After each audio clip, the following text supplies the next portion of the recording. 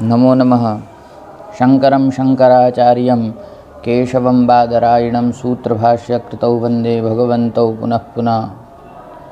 श्री सोमनाथ संस्कृत विश्वविद्यालय Veraval diploma in कर्मकांड दूरवर्ती शिक्षा के अंतर्गत प्रश्नपत्र 3 प्रारंभिक पूजन एवं स्तुति प्रश्नपत्र के यूनिट 3 में उत्तर क्रिया एवं श्राद्ध विधि का जो विषय निर्धारित है उसी के विषय में पहला वीडियो कुछ दिनों पहले आ चुका था। किन्हीं कारणोंवश थोड़ा समय अभाव के कारण मैं दूसरा वीडियो अब अपलोड कर रहा हूँ। अब पहले वीडियो में हमने सामान्य सब चीज़ें कर ली थी। श्राद्ध के विषय में, श्राद्धकर्ता के विषय में इत्यादि बहुत सारी बातें हो चुकी थी। अब घटबंधन एवं प्रातः जल दीपदान विधि, जब व्यक्ति का शरीर छूट जाता है उसके बाद शवदाह इत्यादि के लिए उसके पश्चात घटबंधन किया जाता है। हर एक क्षेत्र का अपना अपना विशेष कुछ नियम हो सकता है, लेकिन सामान्यतः प्रातः काल में स्नान इत्यादि करके नदी तालाब के तट पर जहाँ सुरक्षित हो ऐसे स्थान पर जाकर पिप्पल आदि वृक्षों पर एक मिट्टी का घड़ा लटका देना चाहिए। घड़े के पैंदे में, तलिए में एक छोटा सा छिद्र बनाकर कुश अथवा सूत की बत्ती उसमें इस प्रकार डालनी चाहिए जिससे बूंद बूंद उसमें से जल इत्यादि टपकता रहे।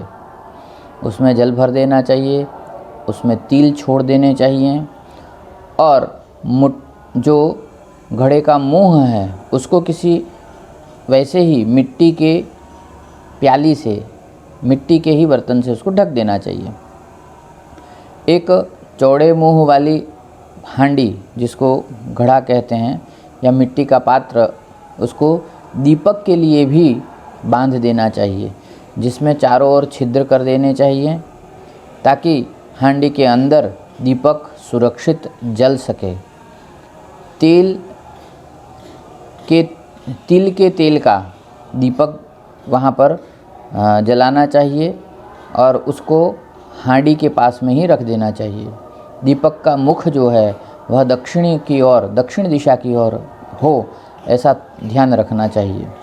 तदनंतर पीपल के पास जो भूमि है उस पर बैठ जाएं और बैठकर पुंडरीकाक्षः पुनातु कहकर 3 बार आचमन करें। ऋषिकेशाय नमः बोलकर हस्त प्रक्षालन, हाथ धो दें और पवित्री पहनकर अपसव्य होकर दक्षिण की ओर मुख करके बैठ जाएं। दाहिने हाथ में 3 कुश तिल जल लेकर संकल्प करें। संकल्प के लिए अद्य गोत्र, प्रेत, जो आपका जो गोत्र है, जिनकी मृत्यु हुई है उनके गोत्र का, उनका नाम वो बोलकर दाह जनित तापोपशमनार्थम महापथगमन जनिताध्वताप श्रम निवर्तकाश्वत्थ शाखावलंबित सतिल जलपूर्ण घटस्ते मया दीयते तवोपतिष्ठताम। ऐसा कहकर हाथ में जो जल रखा गया था उसे उस तिल वाले घड़े पर, जल वाले घड़े पर छोड़ देना चाहिए। उसके बाद दोनों हाथ जोड़कर प्रार्थना करनी है। सर्वतापोपशमन मध्वश्रव श्रम विनाशनम प्रेत तृप्तिकरम वारी पिब प्रेत सुखी भव। पुनः 3 कुशाएं तिल जल से दीपदान का संकल्प करना है वहाँ पर। वैसे ही पहले जैसे बोला गया था गोत्र का उच्चारण प्रेत का नाम बोलना है। यम मार्गे घोरांधकार संतरणोपकारकः अश्वत्थ शाखावलंबित घट मध्यस्थ एष दीपस्ते मया दीयते तवोपतिष्ठताम्। ऐसा कहकर वह जो जल है, वह तिल जल प्रज्वलित जो दीपक से युक्त हांडी है उस पर छोड़ देना चाहिए। तदनंतर हाथ जोड़कर फिर से वही नमस्कार करके प्रार्थना करनी है। अंधकारे महाघोरे रविर्यत्र न दृश्यते तत्रोपकरणार्थाय दीपोऽयं दीयते मया। सव्य होकर पुनः प्रार्थना करनी है। अनादिनिधनो देवः शंखचक्र गदाधरः अक्षय्यं पुंडरीकाक्ष प्रेतमोक्षो मोक्ष प्रदो भव। आचमन। अब आकाश में दूध जलदान की विधि आती है। जिस दिन मृत्यु हुई है उस दिन से आकाश में दूध और जल देने की विधि आती है। यदि पहले दिन समयाभाव हो तो दूसरे दिन से देना चाहिए। 3-3 लकड़ियाँ सूत से बांधकर तिकड़ी बना लेनी है। 3 इस तरह से बन जाएगी, 3 कोनों वाली त्रिभुज आकार में, और तिकड़ी बनाकर सूत से उसको बांध देना है और उन्हें पिप्पल का जो वृक्ष है उसके नीचे रख देना है। अब कुछ स्थानों में यह परंपरा है कि पिंडदान यानी दशगात्र के समय काष्ठ की तिकड़ी बनाकर जल और दूध वहीं रख दिया जाता है तथा संकल्प के बाद पिंडदान के समय पिंड पर डाल दिया जाता है। देशाचार के अनुसार करना चाहिए। इस बात को समझ लेना चाहिए। देश के अनुसार जैसा आचरण हो वैसा कर लेना चाहिए। तो अब तिकड़ी बनाकर उसको पीपल के वृक्ष के नीचे रख देनी है तथा उसके ऊपर एक मिट्टी का कसोरा या दुनिया जिसको कहते हैं, पड़िया जिसको कहते हैं, उसको कसूरे और एक कसूरे में जल तथा दूसरे कसूरे में दूध रखकर निम्न संकल्प पढ़ना चाहिए। अद्य अमुक गोत्रः अमुक शर्मा, शर्मा वर्मा और गुप्ता है ना, ब्राह्मण क्षत्रिय वैश्य इत्यादियों के लिए अलग अलग जैसे शास्त्रों में नियम बताए हैं वैसे उसका उच्चारण करना है। और प्रेतस्य प्रेतायाः स्त्री पुरुष इत्यादियों के लिए भी समझना चाहिए। क्षुत् पिपासा वारणार्थम विहायसी दुग्ध जल पूर्ण पात्रे ते मया दीयते तवोपतिष्ठताम्। संकल्प का जल छोड़कर आगे बोलना चाहिए। श्मशानानलदग्धोऽसि परित्यक्तोऽसि बान्धवैः इदं नीरमिदं क्षीरमत्र स्नाहि इदं पिब। इस प्रकार से बोलकर प्रार्थना कर लेनी है। सायंकाल का जो कृत्य है, सायंकाल को फिर पीपल वृक्ष के पास में जाना है। पहले जो दीपदान किया है, पहले दीपदान करना है, उसके बाद घट में जल भरना है। संकल्प तथा प्रार्थना प्रातःकाल के कृत्य के अनुसार ही जैसा पहले बता दिया गया है वैसे ही करना है। अब मृतक को भोजन दान। सूर्यास्त से पहले दाह करता हविष्यान्न स्वयं पकाए अथवा पारिवारिक जनों के द्वारा बनाया हुआ हो वो भी चल सकता है। उस भोजन में से सर्वप्रथम गोग्रास निकालना है। पुनः अपसव्य होकर प्रेत के उद्देश्य से भोजन तथा जल बाहर रख दें। कुछ स्थानों में प्रेत के उद्देश्य से किसी व्यक्ति को 10 दिन तक भोजन कराने की परंपरा है, तो उस परंपरा का भी आप निर्वहन कर सकते हैं। इसको इस तरह से समझना चाहिए। चर्चा इसलिए कर लेनी चाहिए, मैं उचित समझता हूँ। अब आगे जब आप उसको भोजन करा रहे हैं तब उसको कहना है गोत्रः, प्रेत जो भी हैं उनका नाम, गोत्र और सब बोल के क्षुत्रिषादि निवृत्त्यर्थम इदम अन्नोदकम ते मया दीयते तवोपतिष्ठताम्। इस प्रकार बोलकर उनको प्रदान कर दें। तदनंतर पत्तल आदि पर स्वयं भोजन करें, पत्तल इत्यादि में। सूर्य का अस्त होने से पहले यह कृत्य हो जाना चाहिए। गरुड़ पुराण का श्रवण प्रतिदिन अपने सुविधा अनुसार एक समय निर्धारित कर गरुड़ पुराण की कथा का श्रवण अवश्य ही करना चाहिए तथा सभी बंधु बांधवों को भी ध्यानपूर्वक इसे सुनाना चाहिए। यह कथा बहुत ही पुण्यप्रद और ज्ञानप्रद है। अब षट्पिंड दान की विधि आती है, अनुकर्षण विधि।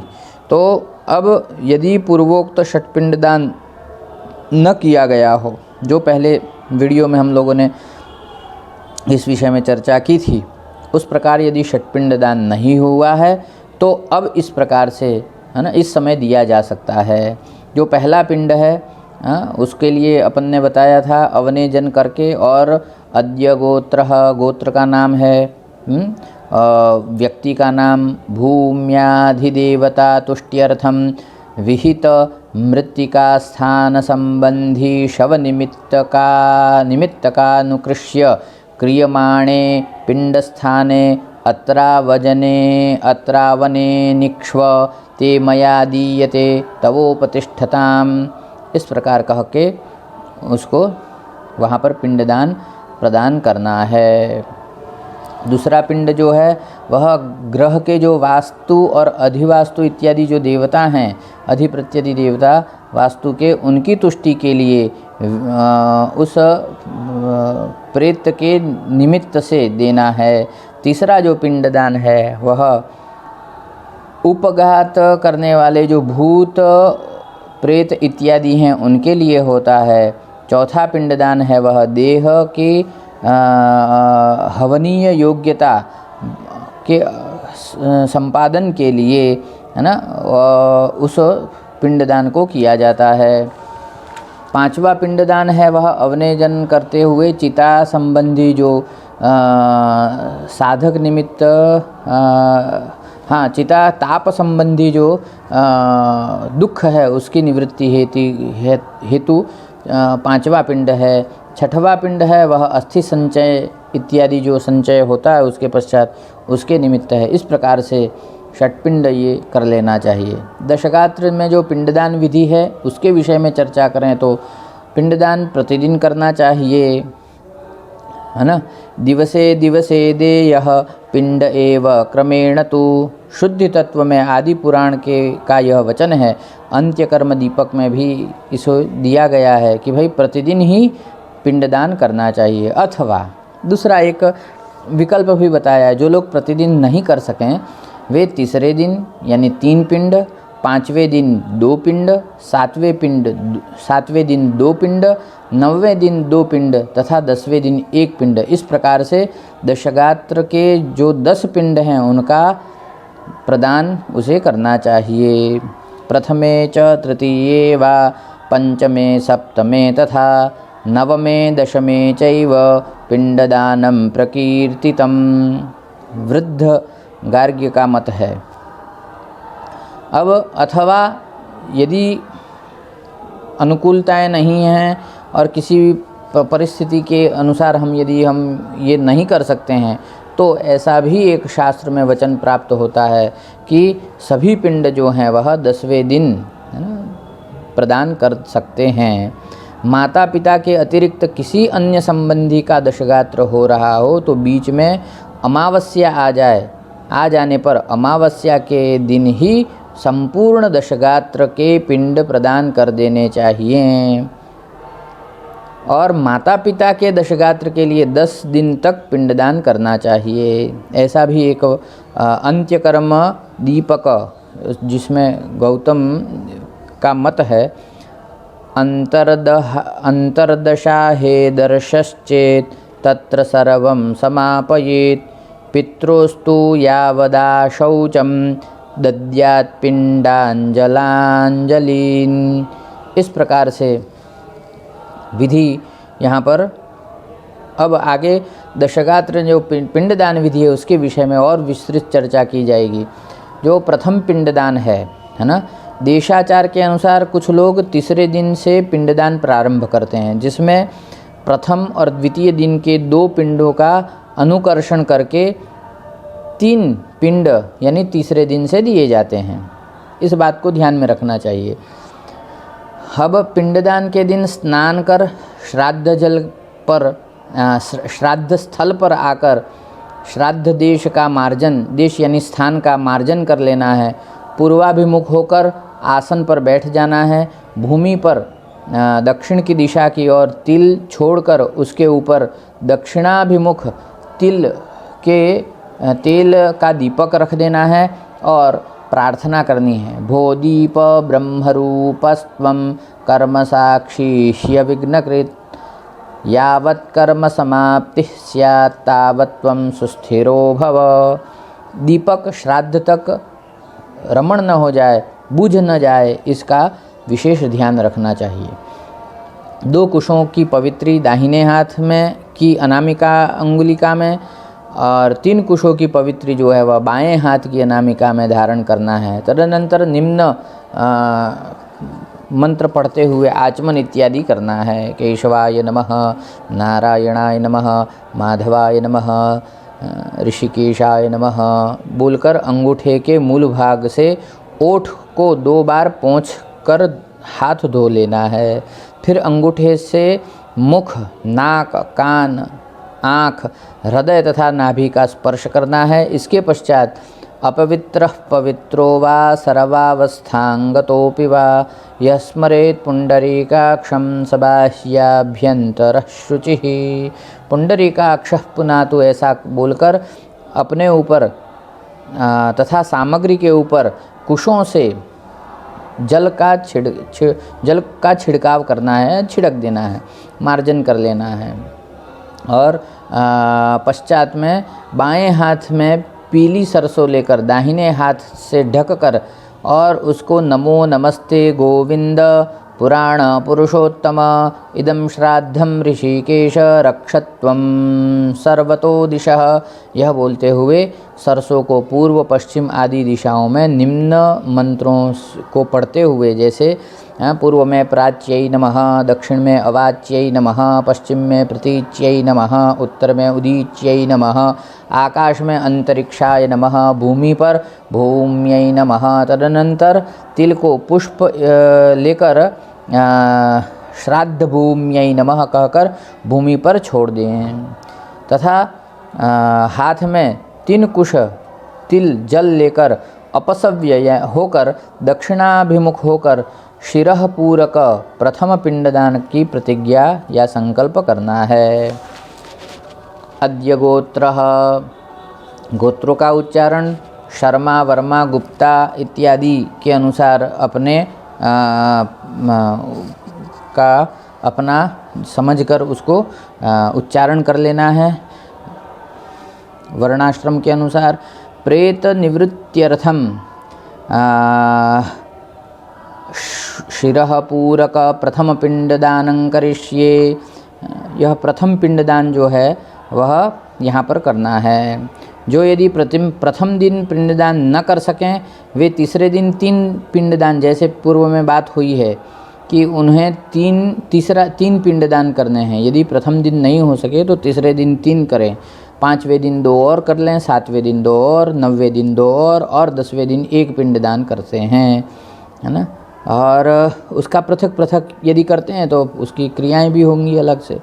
तो वेदी निर्माण करके उसके बाद प्रादेश, अंगूठे से तर्जनी के बीच की जो लंबाई होती है उस मात्र लंबी प्रादेश मात्र से चौड़ी, है ना, दक्षिण की ओर ढाल वाली 4 अंगुल ऊंची वेदी बनाकर उस पर छिड़क दें। प्रादेश मात्र बनाकर और उसको दक्षिण दिशा की ओर ढलती रहे और और 4 अंगुल ऊंचाई में हो, इस प्रकार से वेदी बनानी है। इसके पश्चात पत्ते के दोने या हाथ से बने दिए में जल, तिल, सफ़ेद चंदन, श्वेत चंदन, श्वेत पुष्प, सफ़ेद पुष्प छोड़कर दाहिने हाथ में रख लें। पुनः बाएं हाथ से त्रिकुश, तिल, है ना, जल लेकर अवनेजन का संकल्प करना है। गोत्रः प्रेतः शिरः पूरक प्रथम पिंड स्थाने अत्रावने निक्ष्व ते मया दीयते तवोपतिष्ठताम, ऐसा बोलकर वेदी पर आधा तिल जल आदि गिरा दें। आधा जल जो है वह प्रत्यवने जन के लिए बचाकर अवने जन पात्र, दुनिया जो दूसरी अलग से रखी हुई है पास में रख देनी है, वहाँ पर छोड़ देना है और दक्षिणाग्र उसको बिछा देना है। तिल, घी, मधु, गोदुग्ध, गाय का दूध, सिक्त पिंड को और त्रिकुश तिल जल हाथ में, पितृतीर्थ अंगूठे और मार्जनी के मध्य भाग से वेदी के मध्य कुशों पर पिंड को स्थापित करना चाहिए। अद्य गोत्र प्रेत, गोत्र का नाम, मृतक का नाम, शिरः पूरक प्रथम पिंडस्ते मया दीयते तवोपतिष्ठताम, ऐसा बोलकर बाएं हाथ की सहायता से दाहिने हाथ के पितृतीर्थ से वेदी के मध्य कुशों पर पिंड को स्थापित करना है। प्रत्यवने जन, इसके बाद अवने जन से बचे हुए जल को पिंड के ऊपर निम्न संकल्प बोलकर चढ़ा देना है, दुनिया को वहाँ से हटा लेना है। इस तरह से वहाँ पर बोलते हुए क्या है, तो वहाँ गोत्र प्रेत शिरः पूरक प्रथम पिंडे अत्र प्रत्यवने निक्ष्व ते मया दीयते तवोपतिष्ठताम।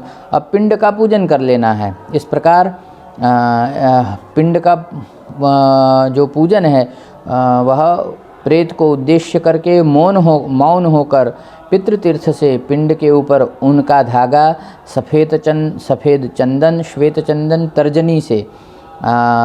तर्जनी उंगली से तिल, सफ़ेद फूल चढ़ाना चाहिए। धूप दीप उनको दर्शन करा के नैवेद्य चढ़ाना है, हाथ धोकर उसके बाद भृंगराज पत्र और खस पिंड के ऊपर चढ़ा देनी है। तदनंतर हाथ में त्रिकुश, तिल और जल लेकर संकल्प करना है। अर्चन दान का संकल्प है यह क्या है, तो अमुक गोत्र शिर पूरक प्रथम पिंडोपरि एतानि ऊर्णसूत्र गंधाक्षत पुष्प धूप दीप नैवेद्यो शरीर भृंगराज पत्राणि ते मया दीयन्ते तवोपतिष्ठन्ताम, तथा हाथ के कुश जल तिल को पिंड पर छोड़ दें। तिल तोयांजलि दानम, दोनों हाथों अंजलि में त्रिकुश तिल जल लेकर संकल्प करें। अद्य गोत्र शिरः पूरक प्रथम पिंडोपरि एष तिल तोयांजलिस्ते मया दीयते तवोपतिष्ठताम, ऐसा बोलकर एक तिल तोयांजलि पितृतीर्थ से पिंड पर गिरा देनी चाहिए। इस अंजलि को वर्धमान तिल तोयांजलि कहते हैं, अर्थात प्रथम पिंड पर 1, द्वितीय पिंड पर 2, तृतीय पिंड पर 3, इस तरह एक एक अंजलि प्रतिदिन बढ़ती जाती है। प्रतिदिन एक एक अंजलि बढ़ती जाएगी। अंत में 10वें पिंड पर 10 तिल तोयांजलियाँ दी जाती हैं। इस प्रकार दशगात्र की संपूर्ण वर्धमान तिलांजलियों की पूर्ण संख्या 55 हो जाती है। दिने दिने दिनेंजलि वृद्धि कार्ये त्वत्यथे, गौड़ीय जो श्राद्ध प्रकाश है उसमें इस प्रकार का वचन प्राप्त होता है। तिल तोय पूर्ण पात्र दान, तिल और जल से भरे पात्र तिल तोयांजलि की तरह तिल तोय पूर्ण पात्र भी वर्धमान क्रम से दिए जाते हैं, अर्थात पात्रों की संख्या भी बढ़ती जाती है। दुनिया को पितृ के समीप रखकर हाथ में त्रिकुश तिल जल लेकर संकल्प करना है। अद्य गोत्र शिरः पूरक प्रथम पिंड समीपे एतत् तिल तोय पूर्ण पात्रम ते मया दीयते तवोपतिष्ठताम्। इस प्रकार संकल्प पढ़कर हाथ का जो तिल जल पिंड के समीप रखे हुए तिल तोय पूर्ण पात्र दुनिया में छोड़ दें। तदनंतर दुनिया का तिल जल पिंड पर चढ़ाकर दुनिया अलग की तरफ फेंक देनी चाहिए। आकाश में दूध और जल देने की विधि की परंपरा के अनुसार पिंड दान के समय भी की जा सकती है। जो आकाश में तिल जल की विधि है वो इस समय भी की जा सकती है। जो लोग इसे पीपल की जड़ में न रखकर पिंडदान के समय करना चाहें वे इसके बाद 2 त्रिकाष्ठिका बनाकर उसके ऊपर एक एक दुनिया रखें। एक दुनिया में दूध तथा एक में जल रखकर प्रार्थना करें। श्मशानानलदग्धोऽसि परित्यक्तोऽसि बान्धवैः इदं नीरमिदं क्षीरमत्र स्नाहि इदं पिब। अब दुनिया का जो दूध और जल है उसे पिंड पर चढ़ा देना चाहिए। वेदी के समीप एक दुनिया में तिल जल तथा एक पत्ते पर माला फूल एक दीपक जलाकर रख देना चाहिए। जल में हाथ में जल लेकर इदं माल्यम परिधेहि इदं पानीयम पिब अनेन दीपेन पश्य कहकर उन पर छोड़ दें। पिंड पर तिल छोड़ दें। त्रिकुश दक्षिणा द्रव्य तिल और जल से संकल्प करें। अद्य अमुक गोत्र प्रेतैत श्राद्ध कर्मणः प्रतिष्ठार्थमिदं द्रव्यम ते मया दीयते तवोपतिष्ठताम्। ऐसा कहकर सव्य होकर ब्राह्मण को दक्षिणा प्रदान करें और कर्म की संपूर्णता के लिए भगवान से प्रार्थना करें। अनादिनिधनो देवः शंखचक्र गदाधरः अक्षय्यः पुंडरीकाक्ष प्रेतमोक्षप्रदो भव नारायणसुरश्रेष्ठ लक्ष्मीकान्तवरप्रद अनेन तर्पणेनाथ प्रेतमोक्षप्रदो भव हिरण्यगर्भपुरुष व्यक्तव्यक्ता स्वरूपधृत् अस्य प्रेतस्य मोक्षार्थं सुप्रीतो भव सर्वदा। श्राद्ध के बाद दीपक जो दीप जलाया हुआ उसको बुझा देना चाहिए। पिंड तथा श्राद्ध में प्रयुक्त जो सामग्री है कुशा को छोड़कर नदी तथा जलाशय में उसको विसर्जित कर देनी चाहिए। पिंड जो हैं उनको गाय माता को गौ को खिला देना चाहिए और वेदी जो बनी हुई थी उसको भी वहाँ से हटा लेना चाहिए। इस तरह से जो विधि बताई यह प्रथम पिंड में, उसी तरह से द्वितीय पिंड, तृतीय पिंड, चतुर्थ पिंड और पूरे यानी 10वें दिन तक के जितने भी पिंड होंगे उन सब में इसी प्रकार से, हाँ थोड़ा बहुत वाक्यांशों का वो अंतर आएगा लेकिन पूरी विधि इसी प्रकार से होगी। अब जो 10वां दिन है उसके विषय में कुछ चर्चा कर लेनी चाहिए, क्योंकि दशगात्र के पिंड की समाप्ति के बाद मुंडन कराने का विधान होता है। अनुभाविनाम परिवापनम। अनुभावी शब्द का अर्थ जो है उसको यहाँ पर बताते हैं कि पीछे उत्पन्न होने वाले, अनु अर्थात पश्चात, भवन्ति इति अनुभाविनः, जो मृत प्राणी से अवस्था में छोटे होते हैं उन्हें तथा दाढ़ी मूछ प्रायः 15 वर्ष के बाद उत्पन्न हो जाने वाले 15 वर्ष के जो हो जाते हैं उन सबके हो जाती है, अतः इन सबको अनुभावी कहते हैं। इन दोनों का क्षौर कर्म सिर के साथ कराना चाहिए। सिर के साथ में अनुभाविन का दूसरा भी एक अर्थ है। अनुभाविन यानी वियोग दुख, अर्थात जो मृतात्मा के वियोग से उत्पन्न दुख को अनुभव करने वाले गांव के, देश के जो लोग हैं और पड़ोसी इत्यादि, वे भी चाहें तो बाल बनवाएं।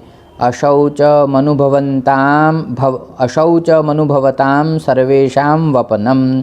शुद्धि तत्व में ऐसा वर्चन प्राप्त होता है। परिवापनम वापन का अर्थ है परित्यज्य वापनम, अर्थात शिखा को छोड़कर सिर का मुंडन कराना चाहिए। अब श्राद्धकर्ता जो है वह पुत्र ने यद्यपि पहले दिन मुंडन कराया था, फिर भी उसे 10वें दिन मुंडन कराना चाहिए, ये भी वचन प्राप्त होता है। बाल बनवाने से पहले भिगोई गई सरसों के तेल मिश्रित खली को सर के ऊपर सारे शरीर में लगाकर स्नान करना चाहिए। पुराने वस्त्र को संस्कारकर्ता नाई आदि जो आए हैं उनको प्रदान कर देना चाहिए। समाप्य दशमं पिंडम, हाँ, समाप्य दशमं पिंडम प्रेत सृष्टे च वाससी अंत्यजानामाश्रितानां च त्यक्त्वा स्नानं करोत्यपि। ब्रह्म पुराण में ऐसा वचन प्राप्त होता है, पुराने वस्त्र जो हैं वह संस्कारकर्ता जो है वह नाई इत्यादि को दे दे। और यह जो तेल मिश्रित खली को सिर पर और सारे शरीर में लगाने का विधान है, उसके लिए गो सर्षप कल्केन तिल कल्केन संयुतम, ऐसा वचन शास्त्रों में प्राप्त होता है। मुंडन कराने की बात जो है उसमें कहा है दशमे दिवसे क्षौरम बांधवानांच मुंडनम क्रियाकर्तुः, जो क्रिया करने वाला है जिसने पहले दिन मुंडन कराया था वह फिर दोबारा से कराए, यानी क्रियाकर्तुः सुतस्यापि पुनर्मुंडनमाचरेत्। गरुड़ पुराण के सारोद्धार का यह वचन है। इस तरह से कुलाचार के अनुसार कुछ देर दरवाजे पर मुंडन हो जाने के पश्चात जब वापस आएं तब उनको एक छोटी सबसे पहले नहा लेना है, बाद में छोटी अवस्था का जो बालक हो उसको आगे कर लेना है और सजल कलश में पल्लव डालकर दाएं हाथ में लेकर घर आएं। कुछ देर तक दरवाजे पर बैठना है, भगवान नाम स्मरण करना है। कुलाचार के अनुसार मिर्ची, नीम की पत्ती इत्यादि चबाकर कुल्ला करना है, जैसा कुल का आचरण हो। पहले से रखे गए जो जल, अग्नि, गोबर, पीली सरसों, तेल का स्पर्श करना है, तब पत्थर पर पैर रखकर घर में प्रवेश करना है। घर की महिलाएं लीप पोत कर घर को पहले से ही शुद्ध कर चुकी होंगी। उस समय एकादशा के दिन घटस्फोट करने का जो निर्देश भी महापात्र ब्राह्मण को कर देना चाहिए। इस तरह से यह 10वें दिन का यह कृत्य के विषय में हम लोगों ने जो चर्चा हमें योग्य लगी उसे हमने प्रस्तुत किया। अब मलिन जो षोडशी है ना, वो उसके लिए और नारायण बलि के विषय में कुछ चर्चा करेंगे। 11वें दिन से समंत्रक श्राद्ध आदि करने की विधि है। एकादशाहे प्रेतस्य दद्याच्छ्राद्धम समंत्रकम, गरुड़ पुराण के प्रेत खंड का ही यह वाक्य है। प्राणी के दुर्मरण की निवृत्ति के लिए नारायण बलि करने की आवश्यकता होती है। दुर्मरण की आशंका न रहने पर नारायण बलि करना अनिवार्य नहीं है, ऐसा भी वाक्य प्राप्त होता है। व्यापादयेद्य आत्मानं स्वयमग्न्योदकादिभिः विहितं तस्य नाशौ च नापि कार्योदक क्रिया। श्राद्ध चिंतामणि में और यह वचन प्राप्त होता है। शास्त्रों में दुर्मरण के लिए निम्नलिखित जो कारण हैं उसको परिभाषित किए गए हैं, तो उनको मैं अब उस पर आऊँगा कि भाई जो अग्नि में जलने से जिनकी मृत्यु हुई हो, जलने से, पानी में डूबने से और अभिचार कर्म जैसे मारण, मोहन, उच्चाटन आदि से जिनकी मृत्यु हुई हो, ब्राह्मण के द्वारा जिसकी मृत्यु हुई हो, सिंह, व्याघ्र आदि के द्वारा हिंसित पशुओं के द्वारा उसकी हिंसा हुई और उसकी मृत्यु हुई हो, सर्पादि के द्वारा, सर्प आदि कोई विषैले जंतुओं ने जिनको डस लिया हो और मृत्यु हुई हो, ब्रह्मदंड के द्वारा जिनकी मृत्यु हुई हो, विद्युत के द्वारा बिजली के किसी उससे हुई हो, सांड आदि के सींग लग जाने से, जानवर इत्यादियों से मृत्यु, ये सब जो मृत्युओं के कारण हैं उनको दुर्मरण की संज्ञा दी गई है। इसलिए ऐसे जो दुर्मरण की जो संज्ञा वाले जो प्रेत हैं या उन प्राप्त जिनको मृत्यु हुई है, उनके लिए मुख्य रूप से इस प्रकार से एकादशा के दिन श्राद्ध के पूर्व नारायण बलि करनी आवश्यक है, ऐसा शास्त्रों में प्रमाण मिलता है, बातें मिलती हैं। कारण यह है कि प्रायश्चित्त के बिना श्राद्ध आदि में मृत प्राणी के निमित्त दिए गए जो पदार्थ हैं उस जीव को प्राप्त नहीं होते, प्रायश्चित्त वहाँ करना है, अतः वे अंतरिक्ष स्थित रह जाते हैं। ऐसा भी एक वचन प्राप्त होता है। श्राद्ध चिंतामणि में ये आया है, उदकम पिंडदानंच श्राद्धंचैव तु यत्कृतं नोपतिष्ठति तत्सर्वमंतरिक्षे च तिष्ठति।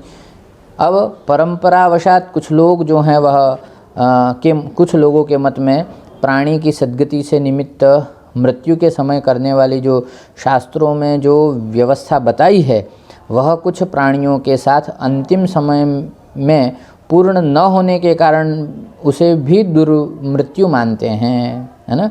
कुछ अवस्थाएं ऐसी होती हैं तो उनको यानी दुर्मृत्यु मानते हैं, अतः उनके मत में भी ऐसा कहा गया है। कुछ परंपरावशात कुछ लोगों का यह मत है। इस प्रकार मृत्यु होने पर एकादशाह श्राद्ध के पूर्व प्रायश्चित्त रूप नारायण बलि करानी चाहिए। श्राद्धों में और्ध्वदैहिक कर्म के पूर्व में ही नारायण बलि करने की व्यवस्था है, परंतु उस समय यह संभव न हो सकने के कारण एकादशाह कार्य के पूर्व नारायण बलि करने की विधि बताई गई है। अब नारायण बलि के विषय में कुछ चर्चा कर ली जाए। पाक निर्माण, श्राद्धकर्ता पवित्र होकर श्राद्ध स्थल पर जाए, सभी श्राद्धीय सामग्रियों को यथास्थान रख लें। सर्वप्रथम पाक निर्माण करें। ईशान कोण में हाथ से बनाए गए जो मिट्टी के बर्तन में देवताओं के लिए 2 किलो तथा प्रेत के लिए 250 ग्राम दूध में चावल डालकर खीर के 2 पृथक पृथक पाक तैयार कर लेना चाहिए। प्रेत के लिए केवल 1 पिंड बनाने भर की खीर बनेगी। पाक निर्माण हो जाने के अनंतर उसमें तुलसी दल छोड़कर विष्णु भगवान का भोग लगा दें। शिखा बंधन इत्यादि पवित्रीकरण कर लेना है और उसकी पूरी जो विधि है। अब आसन पात्रों के लिए और उसके विषय में कुछ चर्चा कर लेते हैं। श्राद्ध स्थल के पूर्व भाग से आरंभ कर उत्तर की ओर क्रम से विष्णु आदि 9 देवताओं के 9 आसन पश्चिमाभिमुख लगाए जाएं। 10वां जो आसन है वह प्रेत के लिए इसी पंक्ति में उत्तराभिमुख लगाया जाए।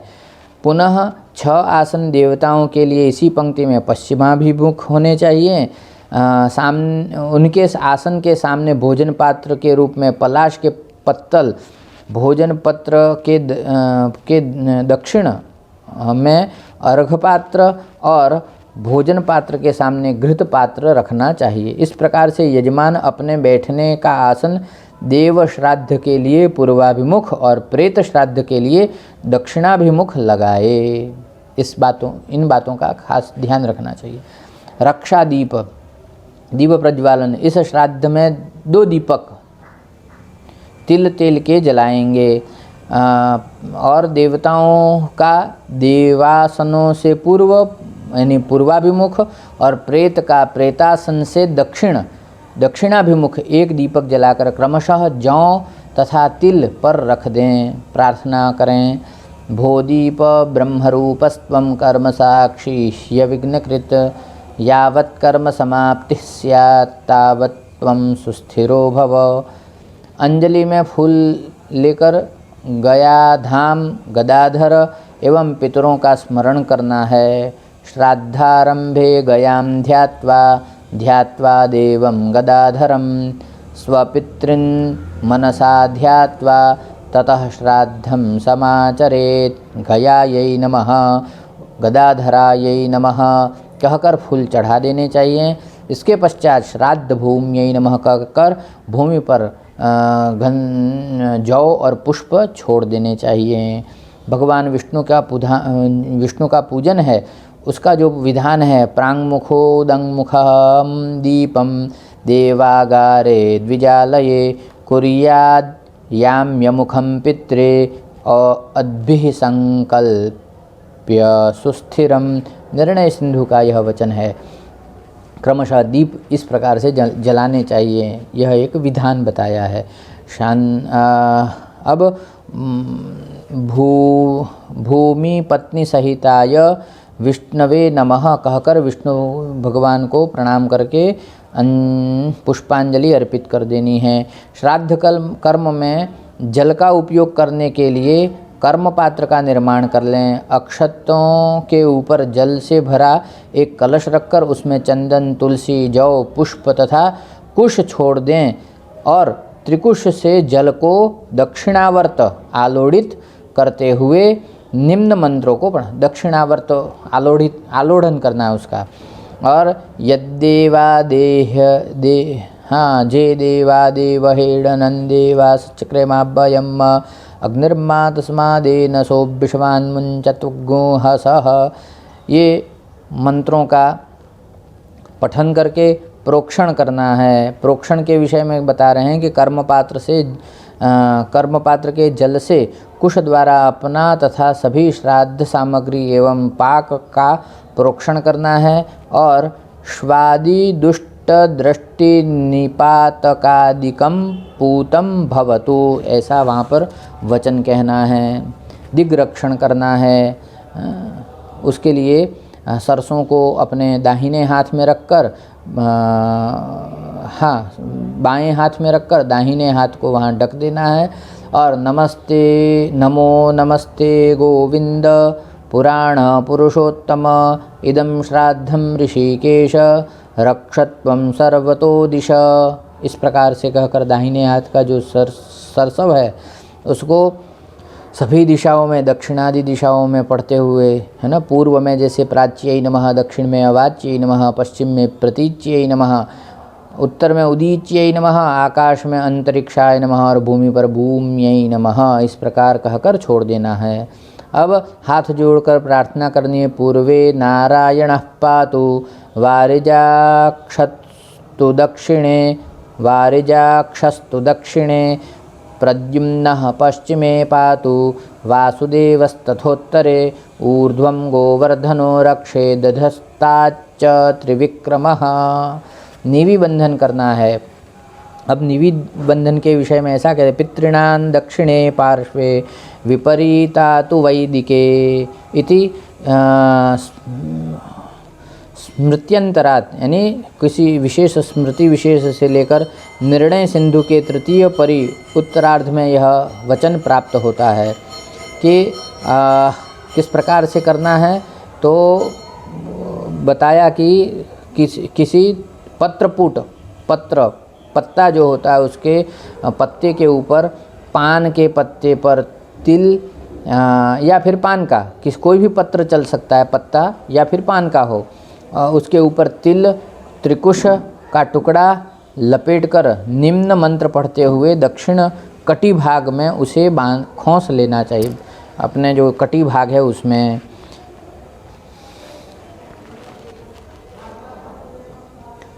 अब प्रतिज्ञा संकल्प वहाँ पर आता है। दाहिने हाथ में त्रिकुश, जौ, जल से संकल्प करना है। विष्णुर्विष्णुर्विष्णुः नमः परमात्मने पुरुषोत्तमाय ओम तत्सत्। अद्यौ तस्य विष्णुराज्ञया गोत्रः, गोत्र का और प्रेत का नाम। प्रेतत्व निवृत्त्यर्थम शास्त्रोक्त दुर्मरण दोषाणां मध्ये संभावित दोष निवृत्ति पूर्वक सद्गत्य अक्षय विष्णुलोक प्राप्त्यर्थम नारायण बलि कर्मांगभूतं विष्णवादि तत्पुरुषांत देवानां प्रेतस्य च एकोद्दिष्ट विधिना षोडश श्राद्धानि करिष्ये, हाथ का जो जल है उसे छोड़ देना चाहिए। पितृ गायत्री का पाठ करना है। पितृ गायत्री को 3 बार वहाँ पर पढ़ना है। ओम देवताभ्यः पितृभ्यश्च महायोगिभ्य एव च नमः स्वाहायै स्वधायै नित्यमेव नमो नमः। प्रथम 9 देवताओं के लिए आसन का संकल्प इत्यादि करना है। वहाँ पर अब किसी विशिष्ट ब्राह्मण इत्यादियों से उस विधि को करा लेनी चाहिए। अब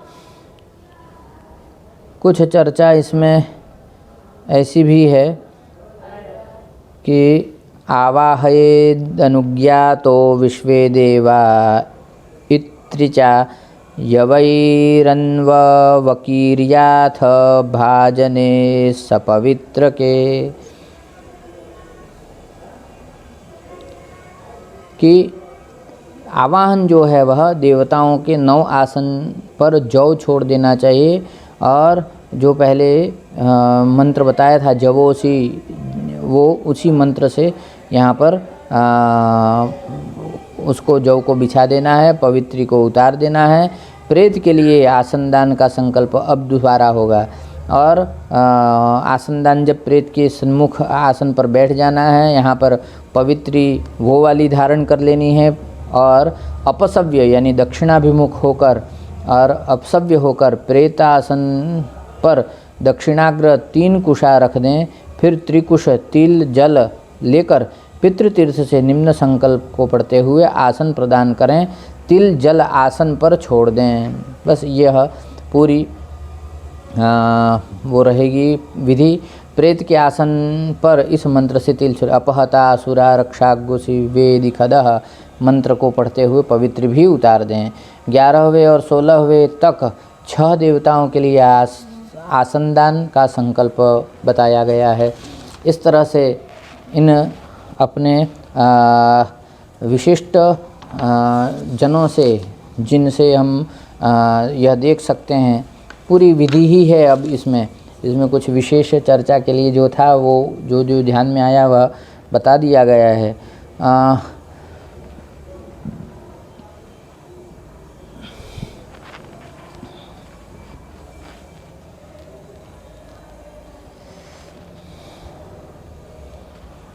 बस पूरा प्रक्षेप है, संकल्प किस प्रकार से करने हैं, पूरी कैसी विधि होगी। 18 जो पदार्थ हैं उनके विषय में सब कुछ क्रम से बताया है। उन सबको करके वेद शास्त्र का पाठ है ना, पैरों को नीचे पूर्वाग्र 3 कुशाओं को रखकर वेद शास्त्र का पाठ करना चाहिए, है ना। उसमें जैसे ऋग्वेद के मंत्रों का पाठ है, यजुर्वेद, सामवेद, अथर्ववेद के मंत्रों का नारायण नमस्कृत्य नरं चैव नरोत्तमं देवीं सरस्वतीं व्यासं ततो जयमुदीरयेत्। इस प्रकार से वेदादि जो शास्त्र हैं उनका पाठ वहाँ पर होना चाहिए। विकीरदान अपसव्य होकर दक्षिणाभिमुख होकर दक्षिण दिशा में भूमि को जल से सींच दें। उस पर 3 कुश जल बिछाकर पिंडदान के लिए निर्मित सामग्री में से किंचित सामग्री लेकर उसमें तिल मिलाकर दाहिने हाथ में लेकर त्रिकुश तिल जल के साथ लेकर बिछाए गए कुशों पर निम्न मंत्र पढ़ते हुए पितृतीर्थ से रख दें। असंस्कृत प्रमितानां त्यागिनां कुलभागिनां उच्छिष्टभागधेयानां दर्भेषु विकिरासनम् अग्निदग्धाश्च ये जीवा येऽप्यदग्धाः कुले मम भूमौ दत्तेन तृप्यन्तु तृप्ता यान्तु परां गतिम। तदनंतर पहनी हुई जो पवित्री है, त्रिकुश है, इन सबको त्याग कर देना है। हाँ, हाथ पांव धो लेने हैं, अपने आसन पर बैठ जाएं, सव्य होकर पूर्वाभिमुख होकर आचमन करें, नई पवित्री धारण कर लें। श्री हरि का स्मरण कर पिंडदान के लिए वेदियों का निर्माण करना है। वेदियों का निर्माण कर, अब वेदी कैसे हो तो पश्चिम भाग में प्रादेश मात्र लंबी 6 अंगुल चौड़ी 9 वेदियाँ इस प्रकार से बनेंगी। प्रेत भोजन पात्र के उत्तर दिशा में अपसव्य होकर प्रेत वेदी बनाएं, सव्य होकर शेष 6 वेदियों को भी देव रीति से पूर्ववत बनाएं। अवने जन पात्र स्थानम, देव देवियों के दक्षिण दिशा में अवनेजन पात्र यानी जो दोना होता है दुनिया, उसी में मिट्टी का या मिट्टी के दिए भी रख सकते हैं, कसोरे जिनको कहा जाता है। प्रेत वेदी के पश्चिम में रखकर उसमें अवनेजन पात्र के नाम से उसकी संज्ञा होगी। उस पात्र में प्रत्यवजन पात्र भी उनको कह सकते हैं। प्रोक्षण करना है अयोध्या, मथुरा, माया, काशी, कांची, यवंतिका, पुरीद्वारावती, गेया, सप्तैता, मोक्षदायिका। रेखाकरण करना है। इस प्रकार से अवनेजन पात्र का निर्माण जो है उसके विषय में कुछ बात यहाँ बताई गई। कई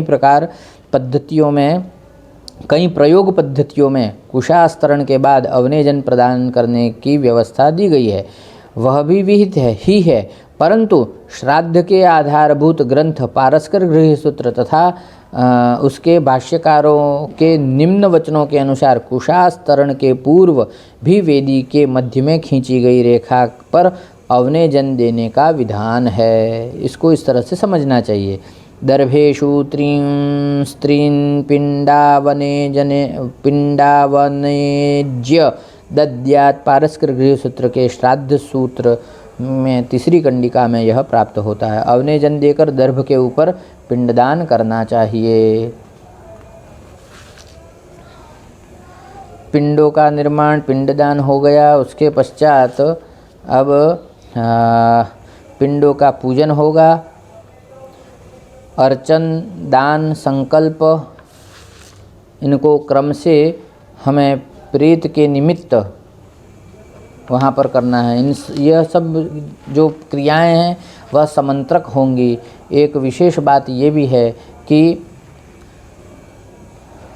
श्राद्ध में ध्यान रखना चाहिए कि मंत्र पढ़ने वाले वैदिक जो ब्राह्मण हैं उनका आवाहन यदि करते हैं और वे हमारी क्रियाएं करवाते हैं तो जितना अधिक मंत्र का पठन होगा, जितने अधिक मंत्रों का पाठ होगा, जितने अधिक मंत्रों का श्रवण प्रेत के लिए होगा, तो प्रेत को उतनी ही उत्तम योनि की प्राप्ति होगी।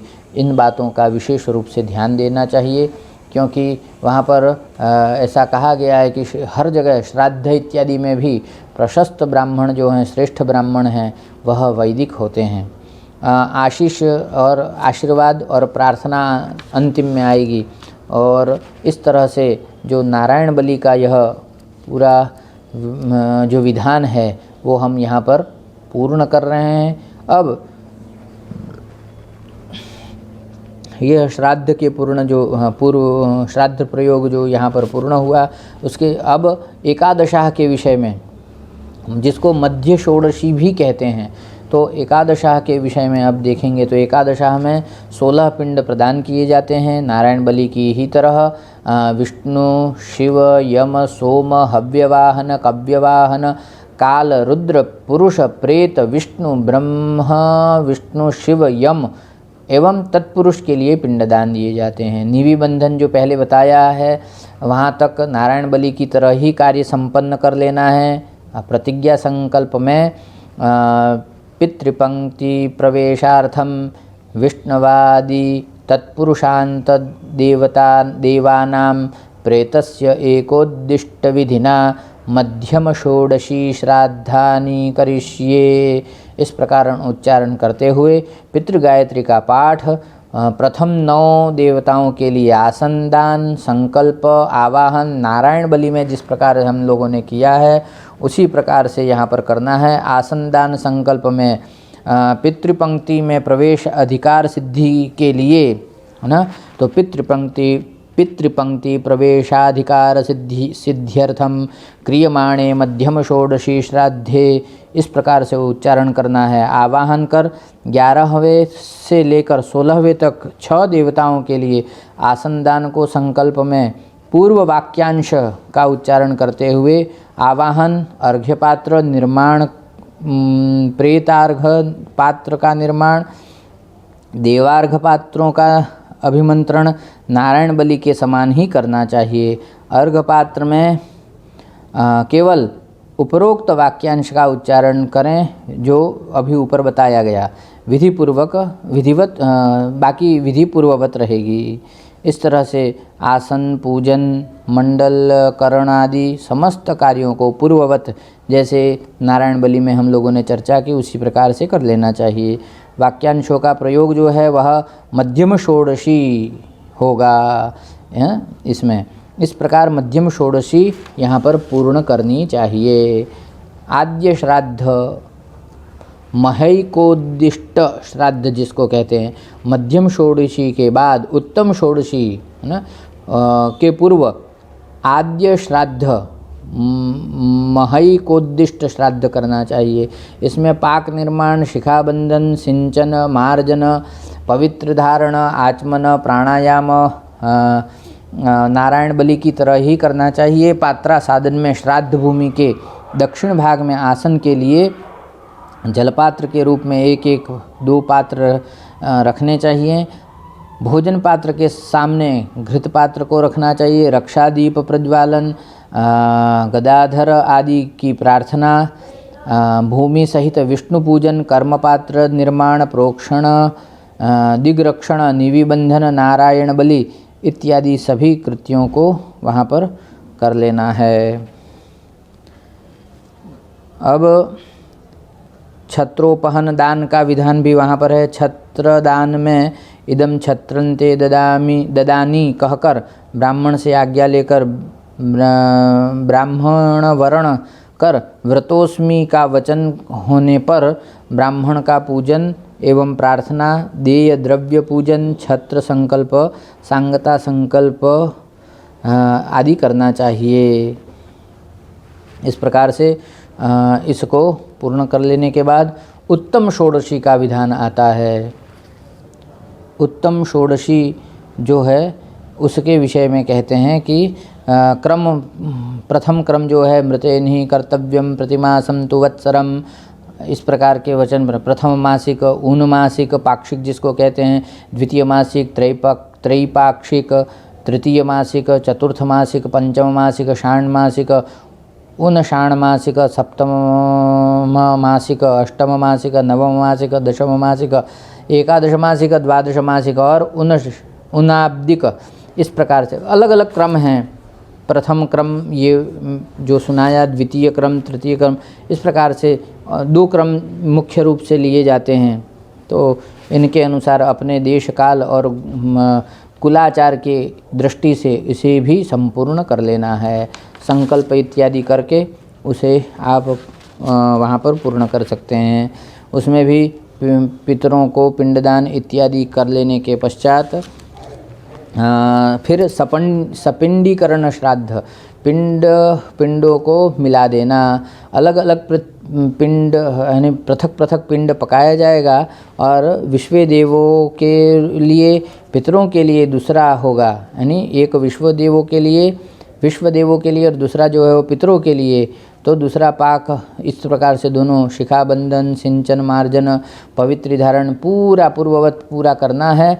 और फिर बाद में मंत्र प्रेत का आवाहन करना है। गतोऽसि दिव्यलोकं त्वं कृतांत विहितात् पथः मनसा वायुभूतेन कुशे त्वाहं नियोजये। इस प्रकार से आवाहन करके अर्घ निर्माण करना है, अर्घ प्रदान करना है।